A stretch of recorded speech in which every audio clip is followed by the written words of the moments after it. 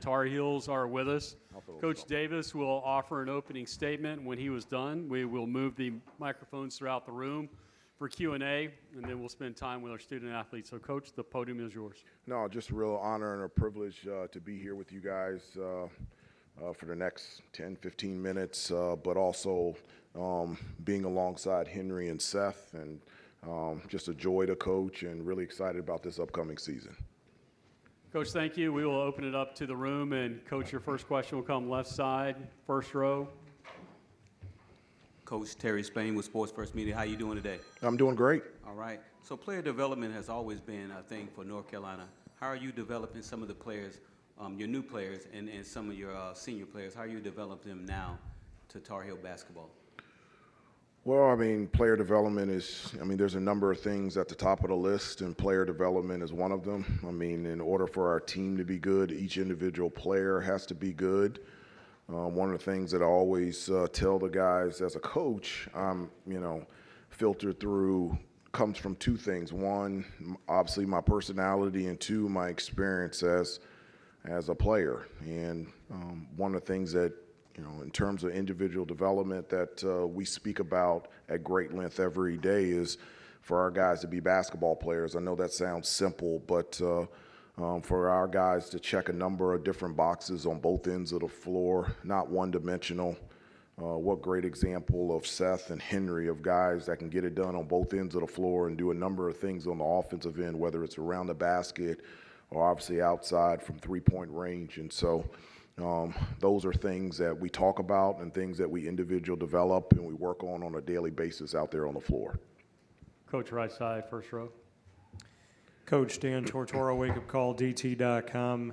11 new faces on this team this season. For you, the glue and the cohesiveness, how do you keep a team together when there is so much change in the climate that we live in? What can be the glue of the North Carolina program? Yeah, and you're right, there's 11 new guys, and one of the things that is I think huge is college isn't the same when I was in school. When the season was over, you weren't allowed to have those opportunities with your coach until October 15th, and that's absolutely the different case now. The 11 new guys plus returners like Seth, and we've been on the floor for 8 months, during the summer, individual workouts, team practices, team getaways, functions. We spend a ton of time with each other on and off the court. I always tell the guys that in order to play for me, you have to know me and I have to know you, and the only way that we get to know each other is spend a lot of time together. And so I'm thankful that we've had that time in the summer and in the fall heading into the season where we have a clear understanding of who we are on and off the court that allows us to be the best that we can be on the court. Coach, center aisle, third row, just to the left. Coach Jay with Greenville Sports Media.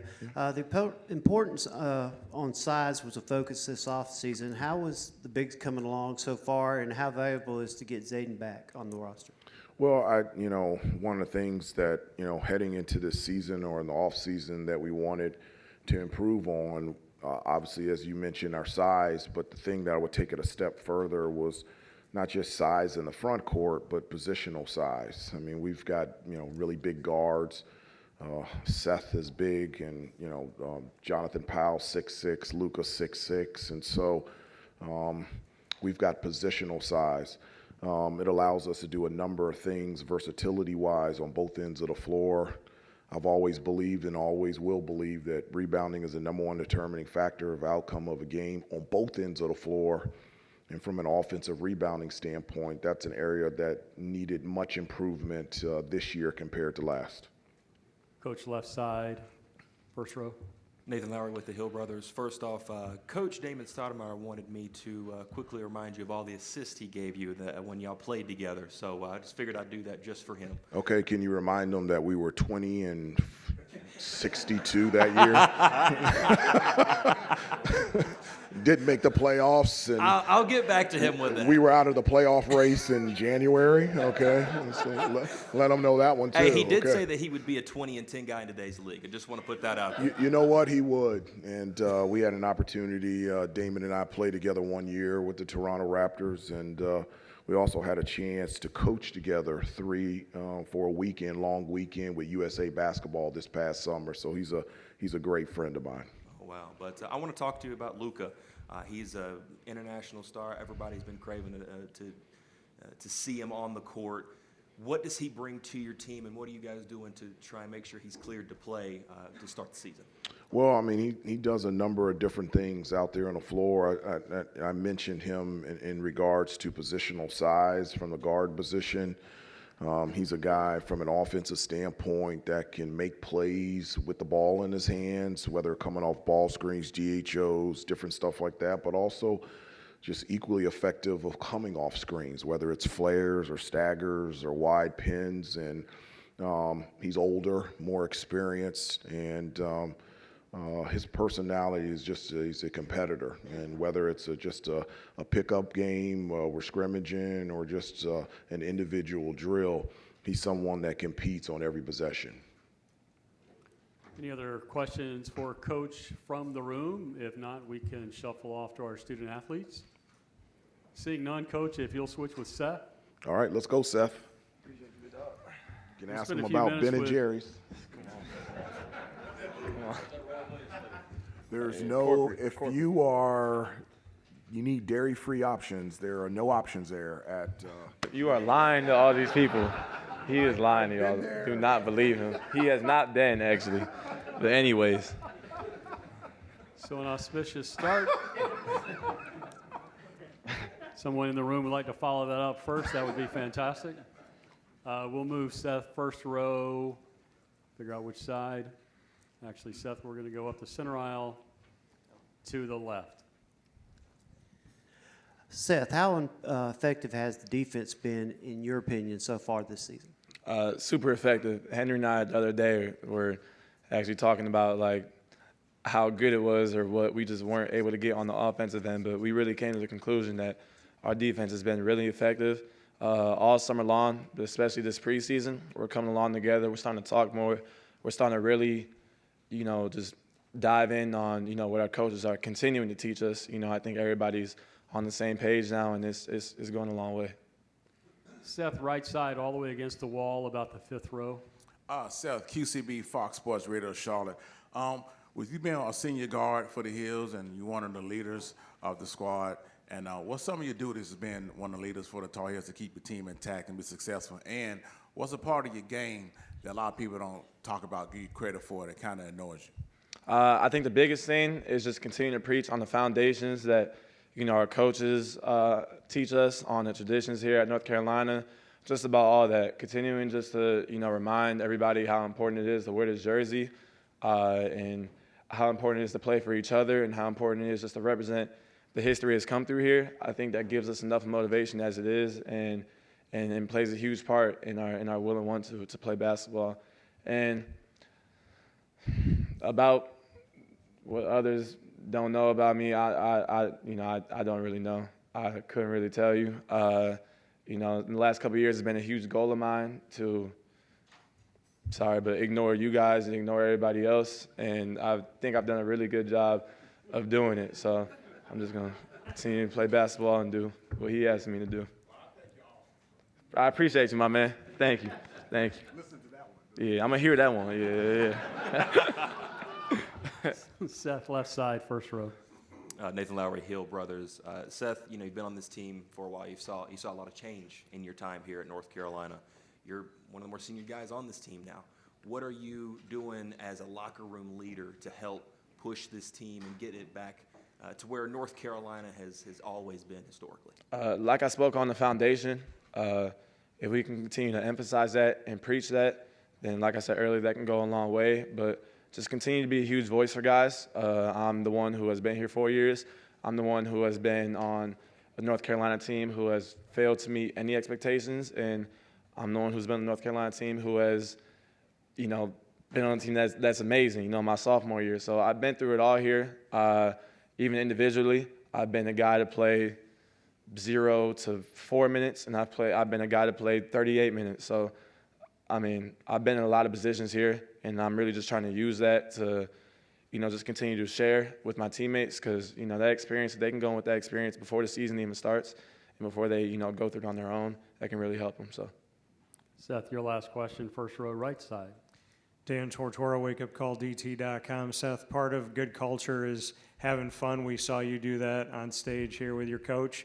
What's it like being around him on and off the court and just what that relationship truly is in a world that values transaction right now more than relationships? What's it like having a coach like Hubert Davis? yeah, I mean, it's super cool. It's a blessing because it's not every program, it's not every place, it's not every level where you have a coach who, truly cares for you, not just on the court, but off the court. We can go to HD about anything. We could, go tell him some boring life story, and he's fully invested in it. We can go tell him about, who we just met or whatever it is. We can go and have that relationship with him and, build that from there. So, I mean, that's amazing because once it gets on the court and we know we built that off the court, I know he knows me, I know him, there's even more trust there on the court. So it makes it even easier. Seth, thank you. You and Henry can switch spots. Folks, as we bring Mr. Vassar up, please reintroduce yourselves. Henry, opening statement. Oh, no. If you'd like an opening statement, we can. I'm good. Absolutely. Have at it. I'm good with the opening statement. Coach had it. He said everything that needed to be said. So with that, thank you for coming. No, I'm kidding. Questions for Henry? Henry, we'll take one right side, third row. Katrina Sackins, Sports and Culture Media. How you doing this morning? I'm doing good. Good. Commissioner talked about this morning earlier how his goal is to get the ACC back to where he wants to be. As far as you, as well as your team, where do you stand in that? What is your role in getting the ACC to the place that they want to be? I think our role as a team is just to win as many games as put a ACC in the biggest platform possible. And when we play, like, for example, the SEC and ACC games, just win those games.